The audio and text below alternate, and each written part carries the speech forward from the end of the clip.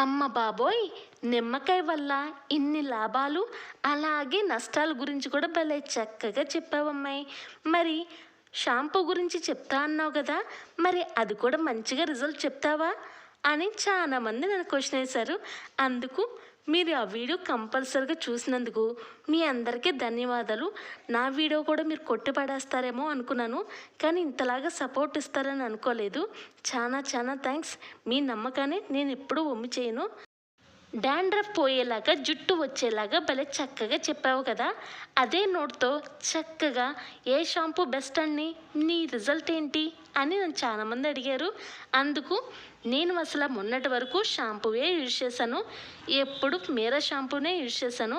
కానీ అది వాడినా కూడా జుట్టు అనేది హెయిర్ ఫాల్ బాగా అవుతుంది. అందుకే ఒక నెల రోజుల నుంచి నేను పర్ఫెక్ట్గా ఇలా ఈ ప్రాసెస్ విధంగా చేస్తున్నాను. అసలు జుట్టు అనేది ఒక్కింటికి రావడం కూడా చాలా కష్టంగా ఉంది. నేను ఏమి చేశానంటే మందార ఆకులు ఇలా ఒక 10 ఆకులు తీసుకున్నాను. మందార పువ్వులు ఒక 2 తీసుకున్నాను. ఒక గుప్పెడంతా కుంకుడుకాయలు, 1 టేబుల్ స్పూన్ మెంతులు పౌడర్. ఇలా ఇవన్నీ వేసుకున్న తర్వాత ఇప్పుడు స్టార్ట్ చేద్దామా? ఇలాగా ఒక స్టవ్ మీద ఒక కడాయి పెట్టుకొని చక్కగా ఒక 1/2 లీటర్ వరకు వాటర్ వేసుకోండి. తర్వాత ఇప్పుడు నేను చెప్పానో అంటే మందార ఆకులు, మందార పువ్వులు, కుంకుడుకాయలు, అలాగే 1 టేబుల్ స్పూన్ మెంతి పౌడరు ఇలా అన్నీ వేసుకొని చక్కగా మీరు మంట అనేది మీడియంలో పెట్టండి. హైలో పెడితే తొందరగా మనకి నీళ్ళు అనేది ఆవిరైపోతూ ఉంటాయి. మనకి రిజల్ట్ అనేది పర్ఫెక్ట్గా రాదు. అలాగే లో పెడితే టైం ఎక్కువ తీసుకునేది. మీడియంగా పెడితే చక్కగా కుంకుడుకాయలు కూడా మెత్తగా లూజ్ అయ్యిద్ది. కొంతమంది ఏమంటారంటే కుంకుడుకాయలు దంచుకొని వేసుకోవచ్చు కదా అని అంటారు. కుంకుడుకాయలు దంచుకొని వేస్తే ఆ లోపల పిప్పు అనేది ఉండిద్ది కదా, ఆ పిప్పు మనం తల మీద పోయంగానే ఏదో డాండ్రఫ్ ఉన్నట్టుగా ఫీలింగ్ వచ్చిద్ది. అలా కన్నా ఇలా కుంకుడుకాయలని ఉడకబెడితే ఆటోమేటిక్గా కుంకుడుకాయల వరకే జ్యూస్ లాగా వచ్చిద్ది. అలాగే దాంట్లో ఉన్న గింజ పౌడర్ మాత్రం మనకి ఎటువంటి ఇబ్బంది అవ్వకుండా చక్కగా గింజ వరకు సపరేట్గా మనం పక్కకి పడేయవచ్చు. అర్థమైందా? ఈ విధంగా చేయండి. చాలామంది గింజలతోనే చేస్తే అవి కళ్ళల్లో పడి లేదంటే డాండ్రఫ్ లాగా మనం వాష్ చేసుకున్న తర్వాత దులుపుకున్నప్పుడు చండాలంగా పడుతూ ఉంటుంది. అందుకనే ఈ చిన్న చిట్కా వాడండి.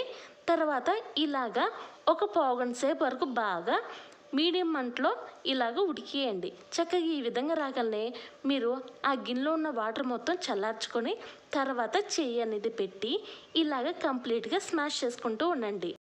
ఇప్పుడు మన తల మీద పోసుకునేప్పుడు మనకి ఎటువంటి డస్ట్ పార్టికల్స్ అనేది రాకూడదు కదా, మరి అంత నీట్గా ఉండాలంటే ఇలాగా జల్లుల్లో ఇలా పిప్ అనేది రానియకుండా చక్కగా ఆ జల్లుల్లోనే ఉట్టి లిక్విడ్ వరకే పడేలాగా ఇలా వేయండి.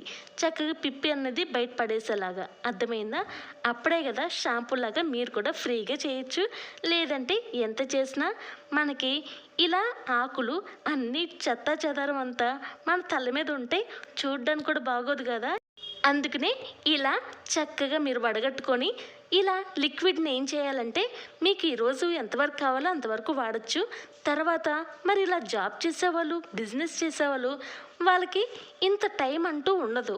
మరి వాళ్ళు ఇలా ఒక అరగంట సేపు వరకు ఉడకబెట్టి ఇలాగే ఇంతసేపు వెయిట్ చేయాలంటే మాటలు కాదుగా. మనకేమో హెయిర్ అనేది ఒత్తుగా ఉండాలి, అలాగే మన శ్రమ అనేది ఎక్కువగా పడకూడదు. అంటే ఇలాగా ఆదివారం పూట ఇలాగ చేయండమ్మా. తర్వాత మీరు ఈ లిక్విడ్ని ఏం చేయాలంటే మామూలు ఫ్రిడ్జ్లో ఇలా ఎంటీ బాటిల్లో పోసుకోండి. చక్కగా మీకు ఎప్పుడు కావాలంటే అప్పుడు ఇన్స్టెంట్గా రెడీగా ఉండేది కుంకుడుకాయ రసం. మీరు ఎప్పటికప్పుడు చేసుకోవాలని రూల్ లేదు. ఇలాగ 10 రోజుల వరకు పర్ఫెక్ట్గా మీరు డీప్ ఫ్రిడ్జ్లో పెట్టకుండా నార్మల్ ఫ్రిడ్జ్లోనే ప్లాస్టిక్ బాటిల్లో ఇలాగా మనకి కుంకుడుకాయ జ్యూస్ అనేది వేసుకొని హ్యాపీగా ఎప్పుడు కావాలంటే అప్పుడు ఇన్స్టెంట్గా రెడీ చేసుకోవచ్చు. సరేనా? మరి నచ్చిందా? ఈజీగా ఉందా? ఒక అరగంట సేపు మీరు స్ట్రగుల్ అయితే హ్యాపీగా ఒక 10 డేస్ వరకు హ్యాపీగా ఉంటారు.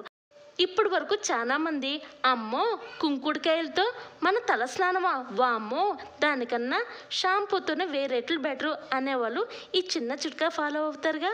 వెళ్ళరానా? బాయ్.